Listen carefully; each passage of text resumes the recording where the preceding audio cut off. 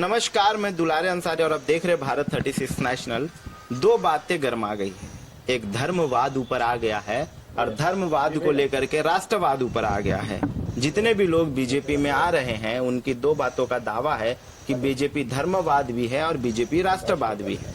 हमारे पीछे पूर्व सैनिक हैं, बहुत सारे लोग हैं जो राष्ट्रवाद को लेकर के आज यहाँ एकत्रित हुए हैं, जो राष्ट्रवाद को लेकर के कहा जा रहा है कि हमने बीजेपी का राष्ट्रवाद देखा है और बाकी पार्टियों से, अन्य पार्टियों से बीजेपी का राष्ट्रवाद अच्छा और सच्चा है। इसी मुद्दे को लेकर के बीजेपी में शामिल होने के लिए जो पूर्व सैनिक आए हैं, हम उनसे बात करेंगे, हम जानने की कोशिश करेंगे कि वो कौन सा राष्ट्रवाद है जो कांग्रेस में नहीं है, वो कौन सा राष्ट्रवाद है जो आम आदमी पार्टी में नहीं है, वो कौन सा राष्ट्रवाद है जो सिर्फ और सिर्फ बीजेपी में है और बीजेपी को लेकर के यहाँ लोग आए हुए हैं। सर, एक बात मैं जानना चाहता हूँ, आप लोग तो हमेशा देश के लिए मरने को तैयार है, देश के लिए मिटने को तैयार है, बीजेपी की कौन सी बातें आपको अच्छी लगती है? सर, बीजेपी का राष्ट्रवाद केवल एक ही पार्टी है भारत में जो हमारे देश के लिए समर्पित है और देश के लिए काम कर रही है। सारे फौजी हम देश के लिए जीवित हैं, देश के लिए मरते हैं। तो हम जब हमारी एक पार्टी जो हमारे देश के लिए हमारे देश को बना रही है और इस मुकाम पे लाके आज खड़ा कर दिया है भारतीय जनता पार्टी में, जो आज तक आजादी के बाद कभी तक इस शिखर तक हम पहुंचे ही नहीं थे। 500 सालों के बाद आज राम मंदिर बना है हमारा। भारत की असली आजादी, आत्मा तो अब आजाद हुई है कि भारत कैसा बनना चाहिए, कैसा होना चाहिए, कैसी चीज अब विकसित हो रहा है भारत, और विकसित भारत बनेगा। क्या राम मंदिर के बनने से विकास हो रहा है? देखिए, मैं दो तीन बातें समझना चाहता हूँ। अगर आप राम मंदिर को राष्ट्रवाद बोल रहे हैं तो धर्मवाद फिर क्या है? आप राम मंदिर को धर्मवाद और राष्ट्रवाद से मत जोड़िए, वो हमारी आस्था है।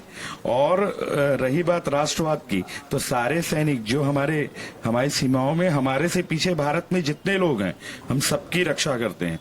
और भारतीय जनता पार्टी का भी यही उद्देश्य है और उनका भी यही कि भारत में रहने वाला हर भारतीय, उनके लिए वो उनके लिए काम करते हैं और अपने पूरे देश की प्रगति कर रहे हैं और पूरे देश को आगे लेके जा रहे हैं। आज जो स्थिति भारत की है पूरे विश्व में, शायद आजादी के बाद कभी भी उस मुकाम तक कोई भी नहीं ले जा पाया है। चाहे वो सड़कें देख लीजिए, चाहे आपकी टेक्नोलॉजी देख लीजिए, चाहे गांव का विकास देख लीजिए, शौचालय देख लीजिए, एयरपोर्ट देख लीजिए, सारी चीजें ये आज हम दुनिया के लिए उदाहरण है। तो और कृपा करके हम जैसे फौजी हैं, हम लोगों से धर्मवाद और राष्ट्रवाद, हमको नहीं पता है धर्मवाद किसको बोलते हैं, हमको राष्ट्रवाद पता है। मेरी सीमा के अंदर जो आएगा वो मेरा है, जो मेरी सीमा के बाहर है वो किसी और का है, और वो अगर मेरे देश के खिलाफ बोलेगा तो सीमा जैसी पैर रखेगा वहीं पटक पटक के मारेंगे। एक आखिरी सवाल कि आप लोग सारे लोग मिलकर के भगवान राम के दर्शन करने, भगवान लल्ला के दर्शन करने कब जाएंगे और कैसे जाएंगे? सर, भगवान सबके मन में है, आपके भी मन में है। जब आपको मन करता है तब आप जाइएगा, जब मेरा मन करेगा तब मैं जाऊंगा। जय। देख सकते हैं कि किस तरीके से एक परिचय। मेरा नाम महेंद्र प्रताप सिंह राणा है और हम सारे अलग अलग जिले से सारे पूर्व सैनिक हैं और भारतीय जनता पार्टी में 15 तारीख को भी 64 पूर्व सैनिकों ने, हम लोगों ने एक साथ प्रवेश लिया था। और भारत का ये पहला मामला है कि किसी भी राजनीतिक पार्टी में पूर्व सैनिकों ने सामूहिक प्रवेश लिया है।